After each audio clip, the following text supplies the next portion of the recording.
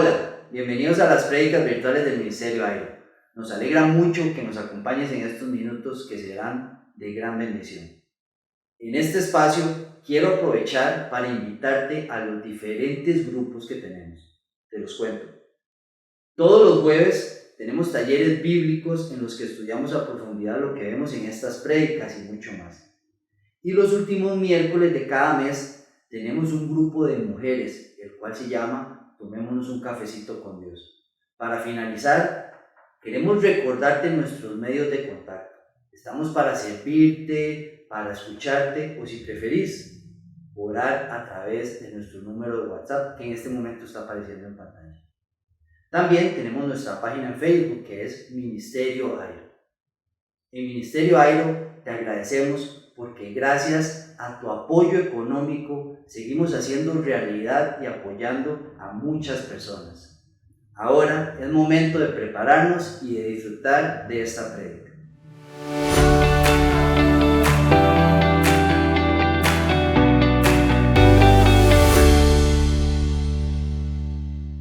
Buenos días. Estamos en la serie de enero 2023 titulada Construyendo un futuro mejor. Y la prédica 2 se titula Encuentra la fortaleza para comenzar. ¡Qué rápido! Ya estamos en el mensaje 2 de esta serie. La semana pasada, recuerdan que nos preguntamos ¿por dónde empezar cuando no podemos encontrar la fortaleza para comenzar de nuevo? Y es una pregunta que usted tiene que hacerse. Y recordamos estas hermosas palabras de Joni Eareckson Tada: cuanto más débiles nos sentimos, más nos apoyamos. Y cuanto más nos apoyamos, más fuertes nos hacemos. Y fue cuando les comenté que me encontré un libro con un título bastante singular: Cómo juntar las piezas cuando todo se ha deshecho, del pastor Tom Holliday, pastor de enseñanza de la iglesia Saddleback en California. Les dije que él nos cuenta todo lo que pasaron, él y su esposa y su iglesia en 1986 en California después de una inundación. Y fue mientras pensaba en lo que diría para animar a estas personas amadas a medida que comenzaban a reconstruir que la mente del hermano Tom se dirigió a las Escrituras. Y en ese momento recordó un libro en la Biblia que consiste enteramente en recomponer algo, en reconstruir algo, y es el libro de Nehemías. Recordemos que Nehemías era un líder del gobierno que reconstruyó la muralla de Jerusalén después de que quedaran en ruinas. Y Nehemías escribió en el capítulo 2, versículo 20, un estímulo para todos los que necesitamos reconstruir en algún momento. En ese versículo, Nehemías nos dice: el Dios del cielo nos va a conceder salir adelante. Nosotros, sus siervos, vamos a comenzar la reconstrucción. Si vamos a recomponer algo, quiero decirte que necesitamos saber cómo encajar las piezas, como si fuera un rompecabezas. Si vamos a reconstruir, debemos tener un plan adecuado, así como necesitamos planos para construir en primer lugar. Este libro de Nehemías está lleno de principios acerca de cómo recomponer las cosas de una manera que funcione y de cómo reconstruir de una manera que dure. Y a medida que se enseñan estos principios de reconstrucción, las personas en diferentes circunstancias encuentran ayuda. No hay que sufrir un desastre natural para tener necesidad de reconstruir.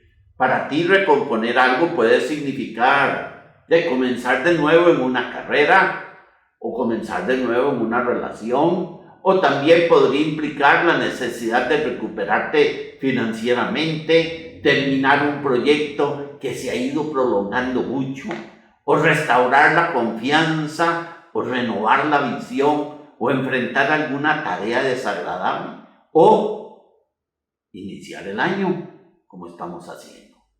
Es muy probable que este tipo de cambio te parezca imposible en este instante. En estas prédicas veremos que Nehemías tuvo que eliminar un montón de escombros antes de poder empezar a reconstruir la muralla.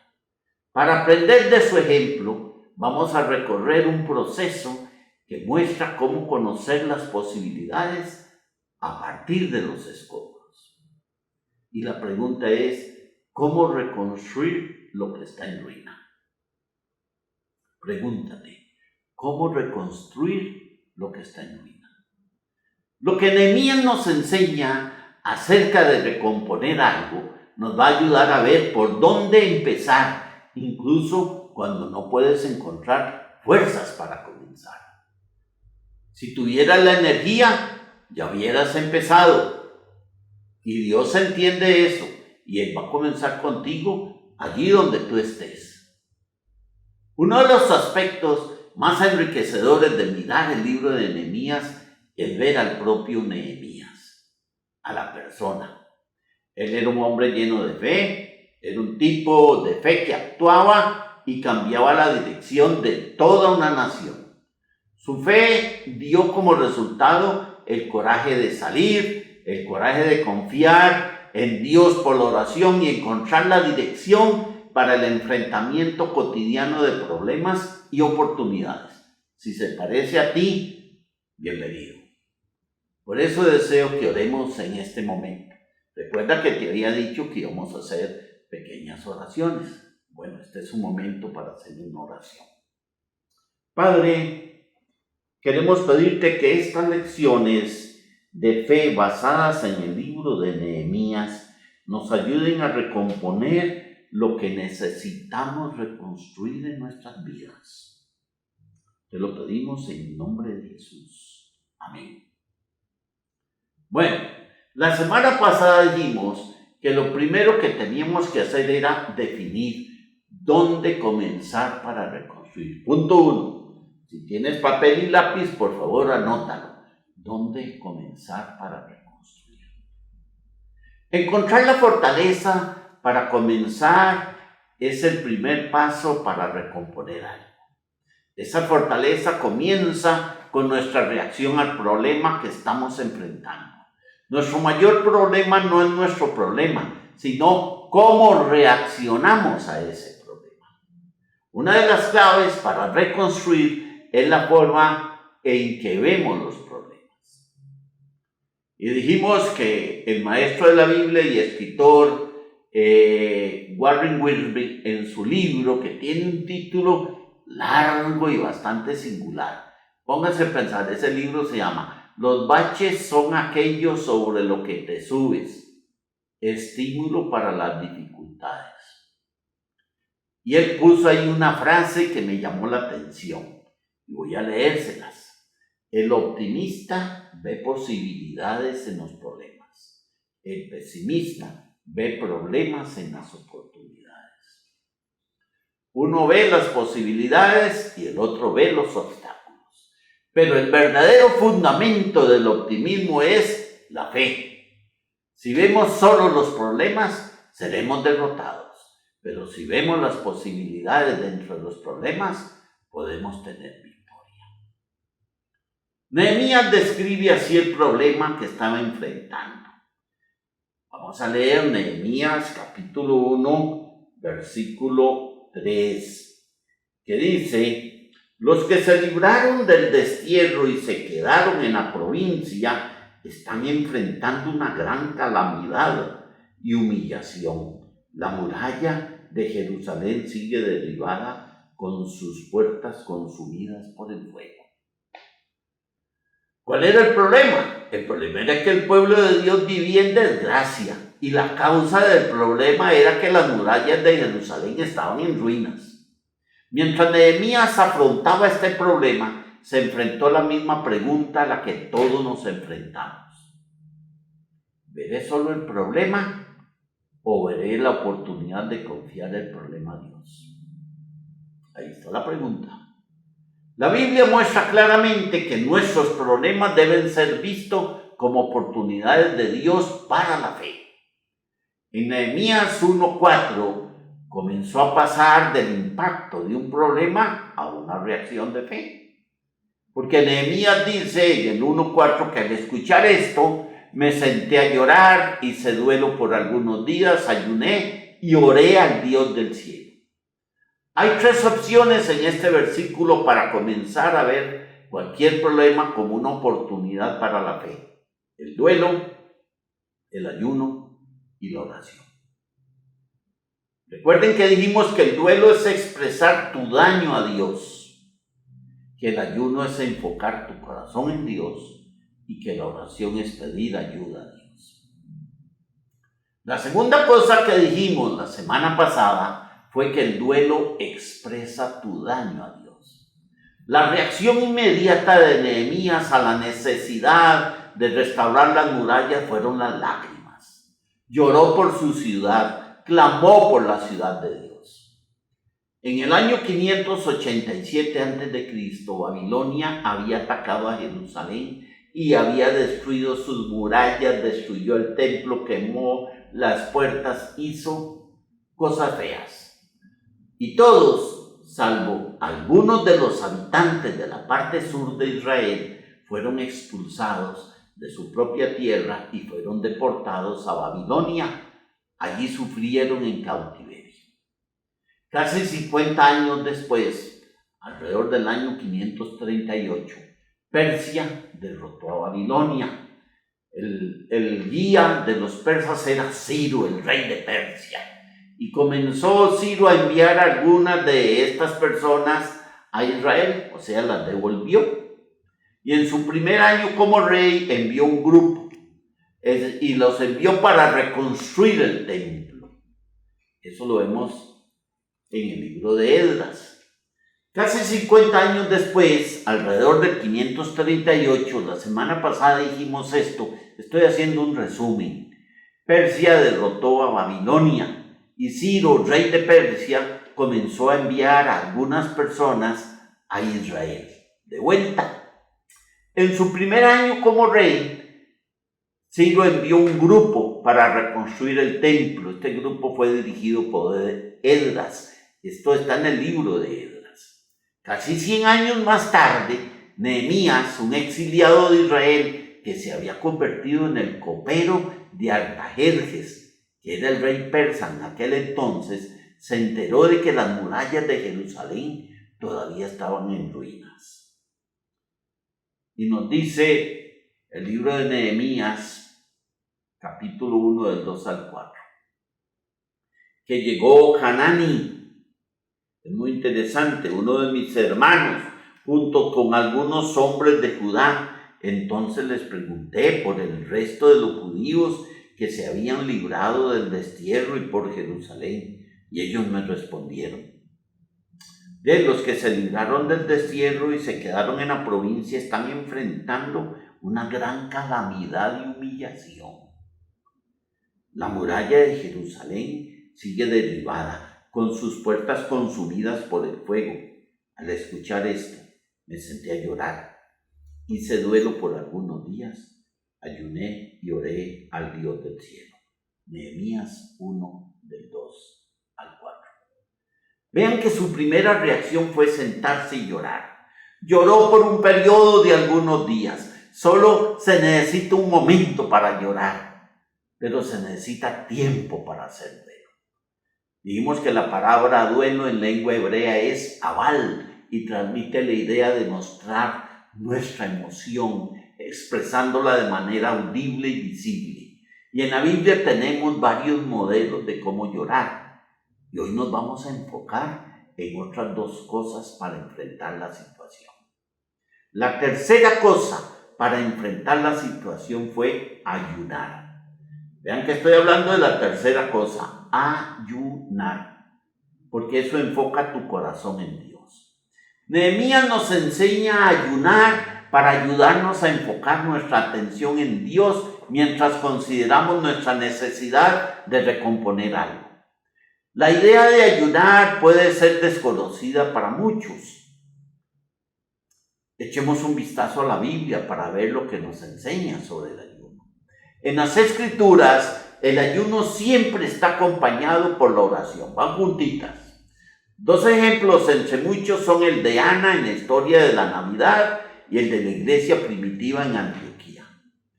Y dice en Lucas 2:37, y luego, hablando de Ana, permaneció viuda hasta la edad de 84 años. Nunca salía del templo, sino que de día y de noche adoraba a Dios con ayunos y oraciones. El otro pasaje es Hechos 14:23, que dice que Pablo y Bernabé en cada iglesia nombraron ancianos y con oración y ayuno los encomendaron al Señor en quien habían creído. Entonces la actitud detrás del ayuno es humildad. Esdras conduce al pueblo a ayunar a fin de humillarnos en presencia de nuestro Dios, dice Esdras 8:21. Jesús nos advierte en el Sermón del Monte sobre el ayuno para impresionar a otros. Vean que Jesús está diciendo que usted puede ayunar para humillarse o puede ayunar para impresionar. Por eso Jesús dice en Mateo 6:1, cuídense no de hacer sus obras de justicia delante de la gente para llamar la atención. Si actúan así, su Padre que está en el cielo no les va a dar ninguna recompensa. No te apresures a llamar la atención de los demás. Ayuna para llamar la atención de Dios. Esta frase me gustó y te la voy a repetir. No te apresures a llamar la atención de los demás. Ayuna para llamar la atención de Dios. Las personas ayunaban por razones diferentes. A veces en el Antiguo Testamento encontramos que había gente que ayunaba para expresar aflicción, como en 2 Samuel 1:11 y 12. Al oírlo David y los que estaban con él se rasgaron las vestiduras, lloraron y ayunaron hasta el anochecer, porque Saúl y su hijo Jonatán habían caído a filo de espada, y también por el ejército del Señor y por la nación de Israel. A veces ayunaban para expresar arrepentimiento, como dice Jonás capítulo 3, 4 y 5. Jonás se fue internando en la ciudad y la recorrió todo un día, mientras proclamaba, dentro de 40 días, decía Jonás, Nínive va a ser destruida. Y los ninivitas le creyeron a Dios, proclamaron ayuno y desde el mayor hasta el menor se vistieron de luto en señal de arrepentimiento.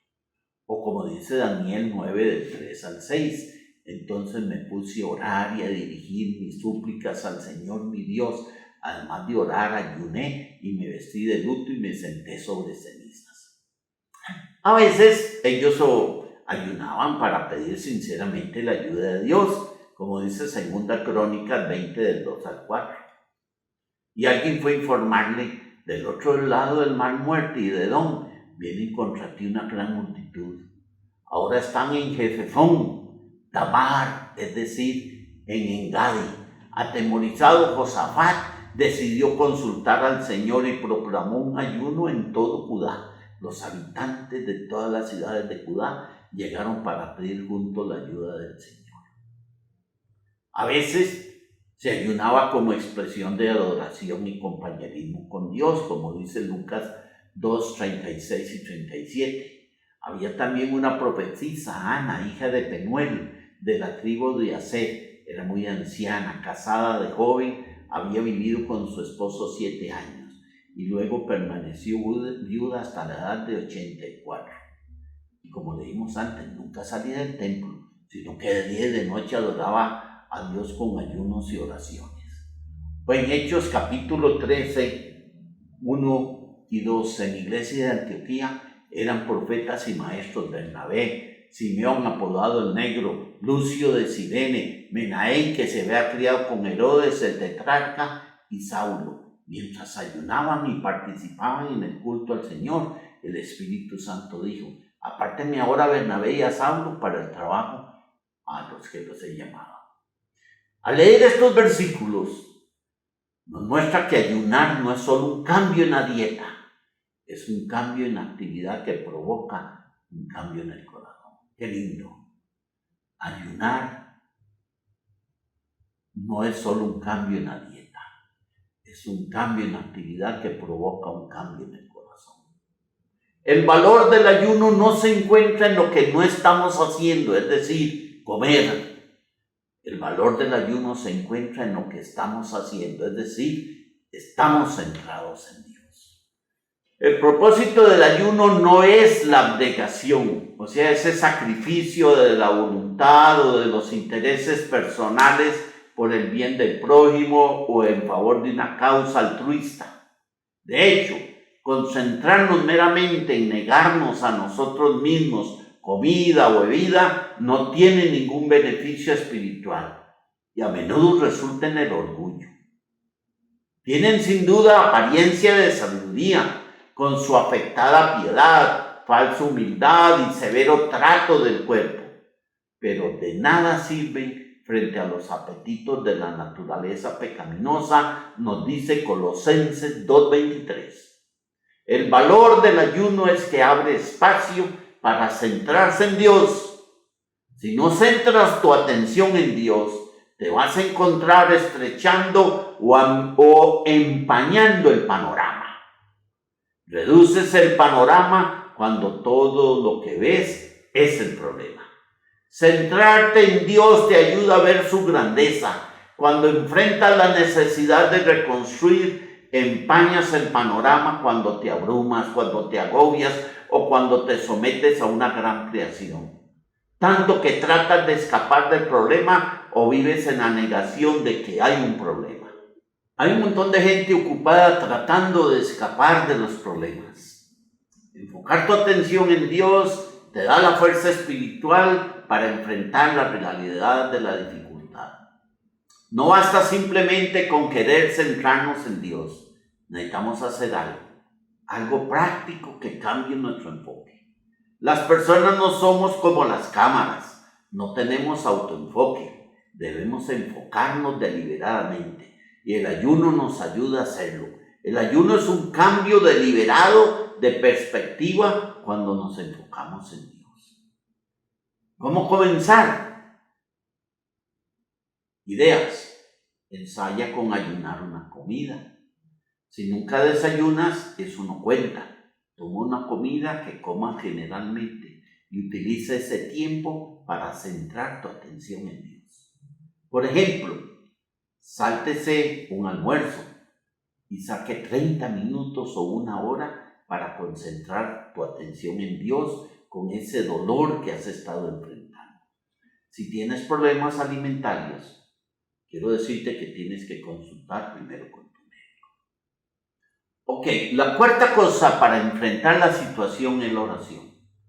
Pide la ayuda de Dios. Para reaccionar a un problema de una manera que te ayude a ver la oportunidad de la fe, hemos dicho que lo primero era empezar donde estabas. 2, guardar el duelo. 3, ayunar. Y luego, la cuarta cosa, orar.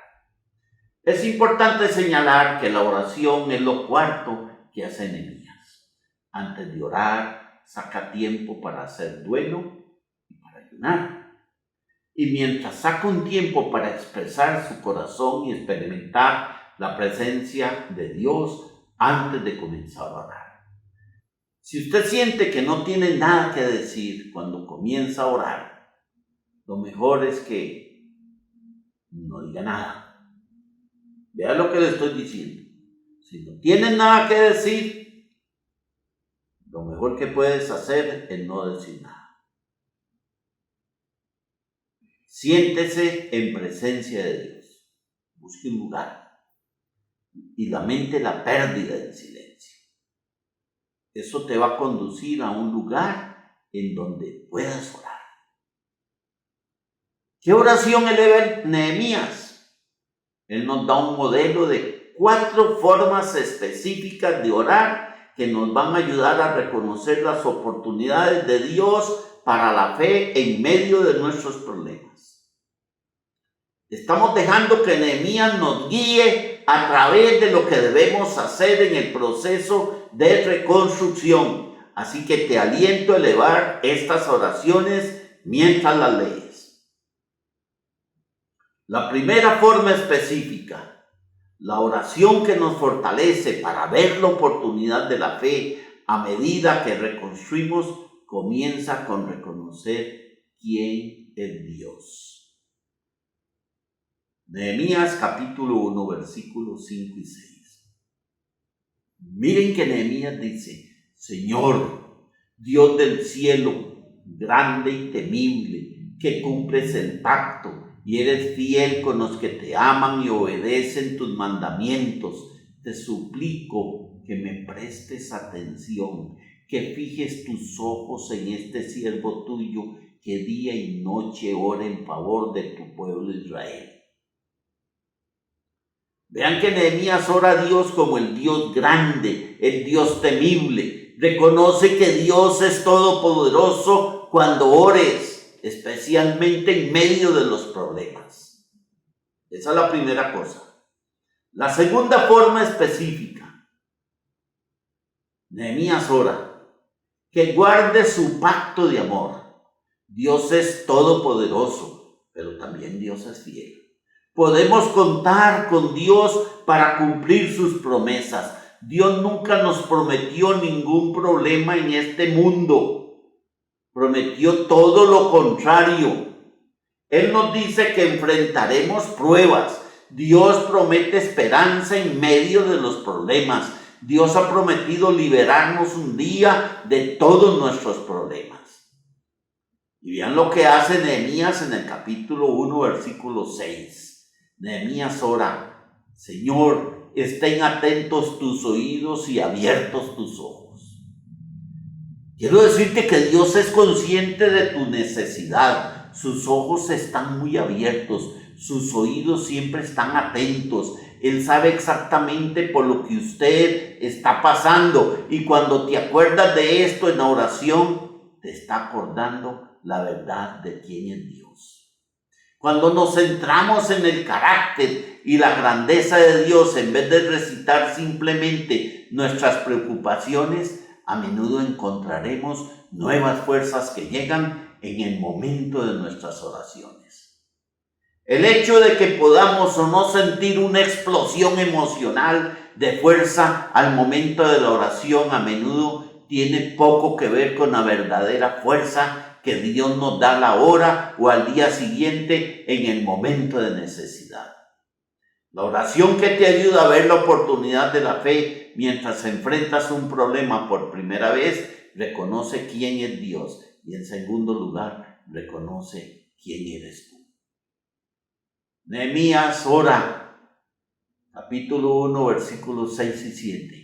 Confieso que los israelitas, entre los cuales estamos incluidos mi familia y yo, hemos pecado contra ti, te hemos ofendido, nos hemos corrompido mucho, hemos desobedecido los mandamientos, los preceptos y decretos que tú mismo le diste a tu siervo Moisés.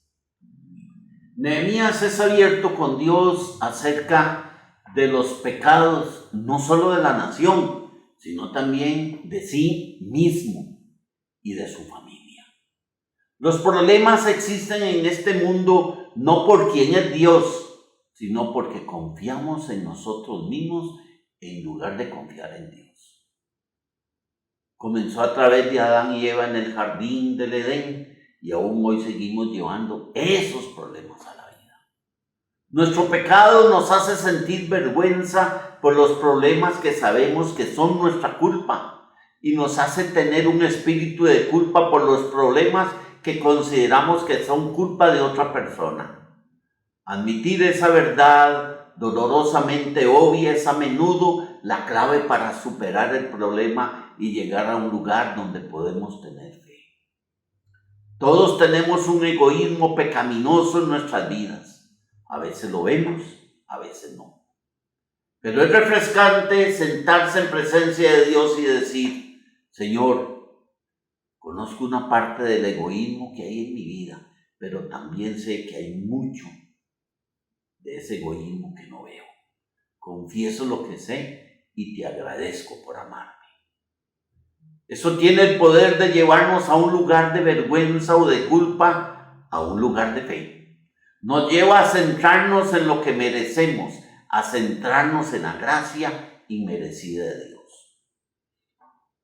Y la tercera forma específica, si quieres tener fe en medio de tus problemas, debes invocar las promesas de Dios. Nehemías ofrece esta oración. Nehemías capítulo 1 del 8 al 10. Recuerda, te suplico lo que le dijiste a tu siervo Moisés. Si ustedes pecan, yo los dispersaré entre las naciones. Pero si se vuelven a mí y obedecen y ponen en práctica mis mandamientos, aunque hayan sido llevados al lugar más apartado del mundo, los voy a recoger y los haré volver al lugar donde he decidido habitar.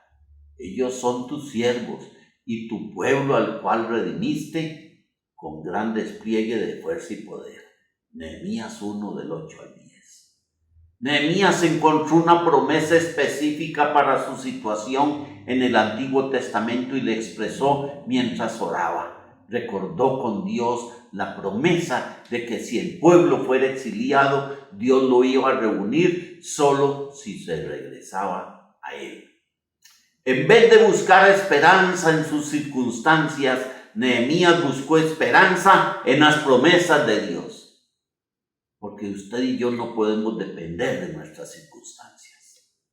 Nehemías nos enseña cómo dar el paso más importante para depender de las promesas de Dios. Él encontró una promesa específica que se ajustaba a la circunstancia a la cual se estaba enfrentando. Cuanto más específica es la promesa, más se fortalece nuestra fe. Y para encontrar esa promesa, busquen la Biblia como lo hizo Nehemías. Porque la Biblia está llena de promesas de Dios. Un escritor ha contado más de 8,000 promesas. Este escritor se llama Herbert Locker. La gran pregunta es, ¿cómo encuentras la promesa que necesitas en medio de todos los versículos de la Biblia? Bueno, Dios nos lleva típicamente a través de un proceso de búsqueda. Podría ser por medio del estudio de la Biblia, podría ser por medio de escuchar un mensaje, o podría ser por medio de hablar con otro creyente. Cuando descubrimos una promesa a través de ese proceso, es como encontrar un tesoro enterrado. Cuando nos enfrentamos a situaciones difíciles o estamos iniciando un año nuevo, como está pasando con nosotros, necesitamos una promesa para nuestras propias vidas y como guía espiritual te invito a buscar la guía del Señor. Comience a leer el libro de Nehemías o estudiarlo los jueves con nosotros si usted desea, pues es un libro que trata sobre la reconstrucción y allí te encontrarás con la promesa que vimos anteriormente en Nehemías 2:20 que dice: nosotros sus siervos vamos a comenzar la reconstrucción. Estas palabras son como una descarga eléctrica, son la promesa que necesitamos. En tu búsqueda, Dios te va a dar una promesa que vas a atesorar para el resto de tu vida. Este proceso de búsqueda comienza con la oración. Pregúntale a Dios qué promesa específica tiene para el problema que estás enfrentando y así vas a emprender tu búsqueda. La cuarta forma específica o la lección final de Nehemías sobre la oración para los que quieren reconstruir es pedir ayuda específica mientras oras. Nehemías 1:11 dice: Señor, te suplico que escuches nuestra oración, pues somos tus siervos y nos complacemos en honrar tu nombre. Te pido que a este siervo tuyo le concedas tener éxito y ganarse el favor del rey. Miren que Nehemías pide éxito específicamente cuando se prepara para ir a hacerle una petición al rey. No pierdas de vista que esta es una oración con un horario. Prospera por favor a tu siervo hoy. Vea que es específico. Y es una oración con un plan. Concédele gracia ante aquel hombre. Nehemías pide específicamente lo que necesita y específicamente para cuándo lo necesita. Te lo repito de nuevo. No pierdas de vista que esta es una oración con un horario. Él dice: prospera por favor a tu siervo hoy. O sea, es una oración con un horario.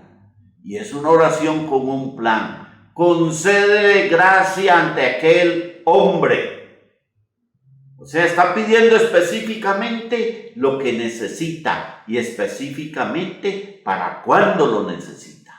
A veces tratamos de hacer un favor a Dios siendo muy generales con nuestras oraciones. Y decimos, Dios, si quieres conceder el éxito algún día, Señor, oro para que algún día puedas conceder el éxito a mi hijo, a mi hija, a mi esposo, a mi esposa, ese éxito que tú quieras dar, a menos que no quieras concederlo.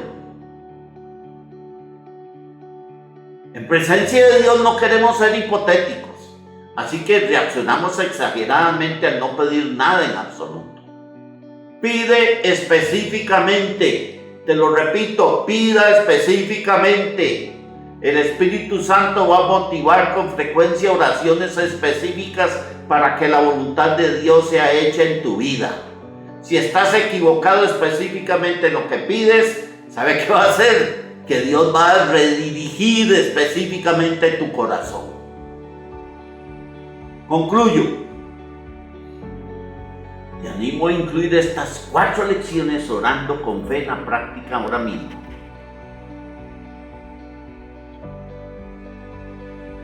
Tienes que incluirlas. Y quiero que lo hagas. Y vamos a orar. Padre, te ofrezco alabanza en medio de este problema. Eres más grande que cualquier problema que estoy enfrentando. Eres un Dios grande, eres un Dios asombroso, eres el Dios que hiciste los cielos, la tierra, el mar y todo lo que conocemos. Señor, manténme consciente de tu amor infalible y del funcionamiento fiel de tu plan. Confieso el pecado del que soy consciente y te agradezco el perdón que me has dado por medio de Jesucristo. Te pido que me guíes en la búsqueda de una promesa a la cual me voy a aferrar. Y por último, te pido, Señor, que seas con mis peticiones prácticas de lo que estoy pidiendo. Personalmente, un sitio donde vamos a vivir y lo que necesitamos para nuestras grabaciones. Y te pido que lo hagas mientras enfrento esta necesidad de reconstruir estas cosas.